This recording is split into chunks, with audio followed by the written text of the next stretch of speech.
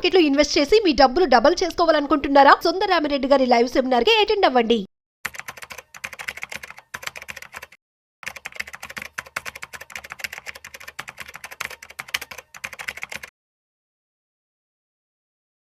నమస్తే, welcome to Vishnu talks. నేను విష్ణు. ప్రస్తుతంతో పాటు certified financial planner doctor Bachchu Anil Kumar గారు ఉన్నారు. సార్తో మాట్లాడదాం.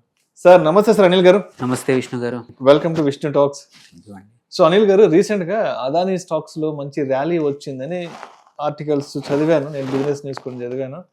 ఒక 2-3 ఏళ్ల క్రితం హిండెన్బర్గ్ వాళ్ళు చేసిన ఆరోపణల నేపథ్యంలో అప్పట్లో అదానీ గ్రూప్ స్టాక్స్ అంతా కూడా బాగా ఫాల్ చూసాం. అండ్ రీసెంట్ గా మరొకసారి కూడా సెబీ కూడా అప్పట్లో వచ్చిన ఆరోపణలకు సంబంధించి క్లీన్ చిట్ కూడా ఇవ్వడం జరిగింది.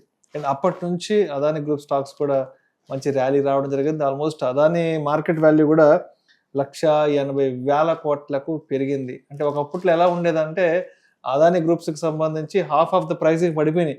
అంటే 1,000 రూపాయలు ఉన్న స్టాక్ అప్పట్లో 500, 600, 400 కూడా వచ్చేసిన సిచ్యువేషన్ చూసాం మనం ఒక 2-3 ఏళ్లకు ముందు. సో ఇప్పుడైతే మొత్తానికి అదానీ గ్రూప్ స్టాక్స్ అంతా కూడా కొంచెం బాగా సర్దుబాటు అయ్యాయి, మంచి ర్యాలీలో ఉన్నాయి. కాబట్టి సో ఏంటి ఇప్పుడున్న సినారియో ప్రకారం ఏ విధంగా చూడొచ్చు అంటారు? సో మీరు చెప్పినట్టు హిండెన్బర్గ్ ఆరోపణలు వచ్చినప్పుడు మాత్రం ఏంటంటే అదానీ స్టాక్స్ అన్ని కూడా కరెక్షన్లోకి వెళ్ళిపోయాయి. ఆ తర్వాత కూడా ఈ సెబీ కూడా ఆరోపణలు ఎంతవరకు నిజం అనేది ఒక ఎంక్వైరీ చేసింది. ఆ ఎంక్వైరీ కొన్ని రోజులు పట్టింది, ఒక 6 months 1 year పట్టింది.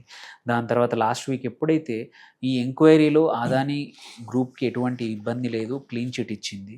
సో ఇచ్చిన రోజు నుంచి మనం చూసుకుంటే అన్ని గ్రూప్ స్టాక్స్ ఏవైతే చాలా రోజు నుంచి హోల్డ్ బ్యాక్ అవుతున్నాయో అవన్నీ కూడా మళ్ళీ బాగా పర్ఫామ్ చేయడం మొదలుపెట్టాయి. మీరు తీసుకుంటే అదానీ పవర్ నియర్లీ 2-3 రోజుల్లోనే 30% పెరిగింది అదానీ పవర్. సో ఇది ఇంకొకటి కూడా ఏం జరిగిందంటే అదానీ పవర్ వచ్చేసి 1:5 స్టాక్ స్ప్లిట్ కూడా జరిగింది. సో అండ్ ఏమైంది, ఇది ఎప్పుడైతే జరిగిందో ఇమ్మీడియట్గా చాలా బ్రోకరేజెస్ కూడా ఓవర్ వెయిట్ కేటగిరీలో అదానీ పవర్ని వేసేసాయి. సో ఇవన్నీ కలుపుకొని 30-35% 2-3 సెషన్స్లో అదానీ పవరే పెరిగిపోయింది. తర్వాత అదానీ టోటల్ గ్యాస్ కూడా మనం ఈ వీక్ లాస్ట్ వీక్ కూడా చూసుకుంటే నియర్లీ 19-20% సడన్గా 2 సెషన్స్లో గ్రో అయింది. షార్ట్ కాకపోతే కొంచెం షార్ట్ ఇవాళ చూసుకున్న కొంచెం షార్ట్ ప్రాఫిట్ బుకింగ్ ఉన్నా కానీ బట్ ఈ క్లీన్ చిట్ రావడం అనేది నెక్స్ట్ ఫ్యూ మంత్స్ కూడా ఒక మంచి అంశం. ఎందుకంటే ఈ స్టాక్స్ డిమాండ్ ఉంది, పర్ఫార్మెన్స్ ఉంది, రిజల్ట్స్ చూసుకున్న లాస్ట్ క్వార్టర్ రిజల్ట్స్ చూసుకున్న బాగున్నాయి. పొటెన్షియల్ రిజల్ట్స్ ఇప్పుడు నెక్స్ట్ Q2 కూడా బాగా వచ్చే అవకాశాలు ఉన్నాయి. దెన్ అదానీ గ్రీన్ ఎనర్జీ కూడా ఒక 15% వరకు పెరిగింది. ఇక్కడ కూడా నియర్లీ 200-day యావరేజ్ బ్రేక్ అయింది. సో ఈ ఎప్పుడైతే ఎంక్వైరీ అయిందో అప్పటి నుంచి మోరల్లెస్ స్తబ్దుగా క్లోజ్ అయిపోతూ ఉన్నాయి. అట్లాగే అదానీ ఎంటర్ప్రైజెస్ అండ్ పోర్ట్స్ కూడా ఒక 7-8% పెరిగిపోయింది. ఇవాళ కూడా పాజిటివ్గా ఉంది. ఇక్కడ ఇంకొక 15-20% కన్నా ఎక్కువనే అప్ సైడ్ ఉందని చాలా రేటింగ్ ఏజెన్సీస్, బ్రోకరేజెస్ ఇచ్చాయి. అండ్ ఇంకా చిన్న కంపెనీస్ ఉన్నాయి, వాళ్ళ ACC సిమెంట్స్ కానీ, అంబుజా కానీ ఇవన్నీ కూడా వాళ్ళవే. NDTV కూడా వాళ్ళదే. అందులో కూడా సాంఘీ సిమెంట్స్ ఇవన్నీ కూడా వాళ్ళే అనమాట. అవన్నీ కూడా 4-5% పెరిగాయి. అందుకే మీరు నిన్నటికి చూసుకుంటే దగ్గర దగ్గర 1,80,000 కోట్ల పైన సంపదన క్రియేట్ అయింది నో టైం, షార్ట్ టైంలో. సో ఇప్పుడు ఇదంతా జరిగింది బాగానే ఉంది. బట్ యాజ్ ఎ ఇన్వెస్టర్ ఏమైనా మారిందా? మీరు ట్రేడర్ అయినా ఇన్వెస్టర్ అయినా ఏం చూడాలనేది చాలా ఇంపార్టెంట్. ఒకటి, ఈ అన్ని కంపెనీస్ కూడా అదానీ గ్రూప్ కంపెనీస్ ఏంటంటే highly leveraged. So whether it's sports కానివ్వండి, ఇన్ఫ్రాలో కానీ, పవర్ సెక్టర్లో కూడా ఏంటంటే యాసెట్స్ కన్నా అప్పులు కూడా చాలానే ఉన్నాయి. అది మర్చిపోకూడని విషయము. సో ఎవరైనా సరే గ్రోత్ ఎక్కువ ఉండొచ్చు, but at the same time risk also is there. So దాన్ని జస్ట్ బికాజ్ ఇప్పుడు ఏదో క్లీన్ చిట్ వచ్చింది కదా అని మీరు ఫండమెంటల్స్, ఫైనాన్షియల్స్ మాత్రం వదలకూడదు. అవి చూసుకునే వాల్యూ కానీ అవన్నీ చూసుకోవాల్సి వస్తుంది. సో ఎస్, ఇంప్రూవ్డ్ కాన్ఫిడెన్స్ వచ్చింది సెబీ మీద. ఏదైతే ఇన్ని రోజుల నుంచి ఈ ఏదో జరుగుద్ది రకరకాలుగా ఉండింది కదా. సో అది పోయింది కాబట్టి అవిటి మీద నుంచి ఇప్పుడు ఓన్లీ ఏంటి, రిజల్ట్స్ మీద ఫోకస్ పెట్టండి, నంబర్స్ మీద ఫోకస్ పెట్టండి, కంపారిజన్స్ టు అదర్ అదే సెక్టార్లో ఉన్న వేరే కంపెనీస్ని చూడండి, వాటి పర్ఫార్మెన్స్ చూడాలి. అండ్ ఇంపార్టెంట్లీ బ్రోకరేజెస్ ఏజెన్సీస్ కానివ్వండి, అదర్ రేటింగ్ ఏజెన్సీస్ ఇప్పుడు వీటి స్టాక్స్కి ఎలా రీరేటింగ్ చేస్తున్నాయి. బికాజ్ రీరేటింగ్ అనేది కూడా బేస్డ్ ఆన్ రిజల్ట్స్ అనుకోండి, పర్ఫార్మెన్సెస్ అనుకోండి, ఇట్లాంటి కోర్ట్ కానీ రెగ్యులేషన్స్ బట్టి కూడా రేటింగ్స్ జరుగుతూ ఉంటాయి, మారుతూ ఉంటాయి. సో ఇప్పుడు చాలా స్టాక్స్కి రేటింగ్ మారాయి, అప్గ్రేడ్ అయ్యాయి అదాని స్టాక్స్. సో కొన్ని ఓవర్ వెయిట్ అయ్యాయి, కొన్ని బై తీసుకోమని చెప్పడం మొదలు పెట్టారు.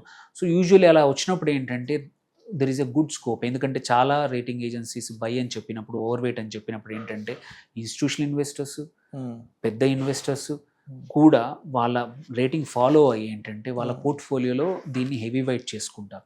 అలాంటప్పుడు మంచి రిటర్న్స్ వచ్చే అవకాశాలు ఉన్నాయి. సో అది చూసుకోవడం ఒకటి. ఇంకోటి టెక్నికల్ సెటప్స్ ఏవైతే ఉన్నాయో స్ట్రాంగ్గా చూసుకోవాల్సిందే. వాల్యూమ్స్ లేకుండా జస్ట్ మూవ్ అయితే మాత్రం జాగ్రత్త. వాల్యూమ్స్తో పాటు మూవ్ అయింది ఇన్ని రోజుల తర్వాత అంటే మాత్రం మొమెంటం ఉంటుంది. షార్ట్ టర్మ్లో ఎవరైతే మొమెంటం ట్రేడింగ్ చేసుకొని లాభాలు అనుకున్నారో వాళ్ళందరూ కూడా ముందుకెళ్ళచ్చు. But as a group caution మాత్రం ఏంటంటే హైలీ లీవరేజ్డ్, హైలీ వోలటైల్, మీరు అన్నట్టు హైలీ వోలటైల్. అండ్ ఇంకోటి ఏంటి, సడన్గా కొన్ని రోజులు స్టాగర్డ్గా పర్చేజెస్, మళ్ళీ సడన్గా స్ట్రిప్ట్ స్టాప్ లాసెస్ మాత్రం కంపల్సరీ ఉంచుకోవాలి. అంటే ఒక స్టాండర్డ్ అనేది చూడలేము మనం అదాని స్టాక్స్లో, ఎందుకంటే దాని మీద అటాక్స్ ఎక్కువగా జరుగుతూ ఉన్నాయి. ఎందుకంటే ఆ గ్రూప్ అలాంటి ఇప్పుడు మధ్యలో మధ్యలో ఉంది, అన్నిటిని బిడ్ చేస్తున్నారు. అండ్ ప్రభుత్వానికి ప్రాక్సీగా దాన్ని అటాక్ చేయడం మొదలు పెట్టారు. అందుకోసం కొంచెం జాగ్రత్తగా ఉండాలి. సో కొన్ని మాత్రం లైక్ మన టోటల్ గ్యాస్ ఉంది, ర్యాపిడ్ గెయిన్స్ వచ్చాయి, దాని తర్వాత కూడా ప్రతిసారి కరెక్షన్స్ కూడా అట్లే స్ట్రాంగ్ ఉన్నాయి. సో జస్ట్ బికాజ్ ఇప్పుడు రీసెంట్గా చాలా బాగా పర్ఫామ్ చేసిందని ఎంటర్ అయ్యి స్టక్ అవ్వద్దు, కొంచెం కొన్ని రోజులు ఆగండి, తప్పేం లేదు. There are enough opportunities, only ఆదానిలోనే కాదు అదర్ ప్లేస్లో కూడా ఉన్నాయి. అండ్ ఈ రెగ్యులేటరీ ఇష్యూస్ ఇంకా మొత్తం సాల్వ్ అవ్వలేదు, ఇంకా ఉన్నాయి కంప్లైంట్స్ అవన్నీ కూడా. అవన్నీ అయ్యేంత వరకు కొంచెం జాగ్రత్తగా ఉంటే మంచిది. జస్ట్ బికాస్ రీసెంట్ పర్ఫార్మెన్స్ బాగా ఉందని ఇరుక్కోవద్దు. కొంచెం అక్యుములేట్ చేసుకోండి, చేద్దామన్నా కానీ కొంచెం ఎస్ఐపి లాగా స్టాక్స్లో కూడా అప్పుడు కొన్ని డిఫరెంట్ ప్రైసెస్ దగ్గర అక్యుములేట్ చేసుకొని, ఎస్పెషల్లీ ఫండమెంటలీ స్ట్రాంగ్ ఉన్న అదాని ఎంటర్ప్రైజెస్ కానివ్వండి, అదాని పవర్ కానివ్వండి, Adani ports and green energy, ఈ 4 కంపెనీలు ఫండమెంటల్గా స్ట్రాంగ్ కంపెనీస్. వీటికి పెద్దగా ఇష్యూ ఉండదు. వీటిల్లో చేసుకుంటే పెద్ద ప్రాబ్లం లేదు ఇన్వెస్టర్స్ ఎవరైతే ఉన్నారో. ట్రేడర్స్ అంటారా, ఆబ్వియస్లీ టెక్నికల్స్ చూసుకొని ట్రేడ్ చేయడం important. Strong stop losses, especially volatility nature ఉన్నప్పుడు కాబట్టి. అండ్ కుదిరినంత వరకు డైవర్సిఫై చేసుకోండి. నేను ఒకప్పుడు చూశాను పోర్ట్ఫోలియోలో అన్ని అవే కంపెనీస్ ఉండేవి. ఓన్లీ ఒక గ్రూప్ కంపెనీస్ పెట్టుకోవడం అనేది ఎప్పటికీ పెద్ద డేంజరే. కొంచెం డైవర్సిఫై చేసుకుంటే ఈ ఇమ్మీడియట్ క్లీన్ చిట్ ఏదైతే ఉందో దాన్ని లాభపడుతూనే సైమల్టేనియస్గా లాంగ్ టర్మ్ నెక్స్ట్ ఫ్యూచర్ రిజల్ట్స్ని బట్టి ఈ సెక్టార్లో వాటి పర్ఫార్మెన్స్ని బట్టి అక్యుములేట్ చేసుకుంటే ఏంటంటే రిస్క్ అనేది ఇంతకు ముందులాగా సడన్గా చాలామంది ఫేస్ చేశారు, అది ఫ్యూచర్లో రాకుండా ఉంటుంది. మనం ఎప్పుడైనా సరే హిస్టరీ ఎందుకు అనే క్వశ్చన్ వస్తుంది. ఫైనాన్షియల్ కూడా మార్కెట్స్లో కూడా హిస్టరీ చాలా ఇంపార్టెంట్. హిస్టరీ టీచర్స్ అస్ లెసన్స్. ఆల్రెడీ అదాని గ్రూప్లో ఉన్న హిస్టరీ ఏంటో చూసుకొని ఆ లెసన్స్ నేర్చుకోవాలి. నేర్చుకోకపోతే మాత్రం ఫ్యూచర్లో ఏమైంది మళ్ళీ జరిగితే నష్టం మనదే, తప్పు మనదే. ప్రేక్షకుల విజ్ఞప్తి, ఈ వీడియోలో ప్రస్తావించబడిన అంశాలు కేవలం ప్రేక్షకులకు అవగాహన కొరకు, ఇన్ఫర్మేషన్ కొరకు, ఎడ్యుకేషన్ పర్పస్ కొరకు మాత్రమే వీటి గురించి ప్రస్తావించడం అనేది. పెట్టుబడులు పెట్టే ముందు మీ అడ్వైజర్ని సంప్రదించి మాత్రమే తుది నిర్ణయం తీసుకోగలరని మా మనవి. Thank you sir. Thank you.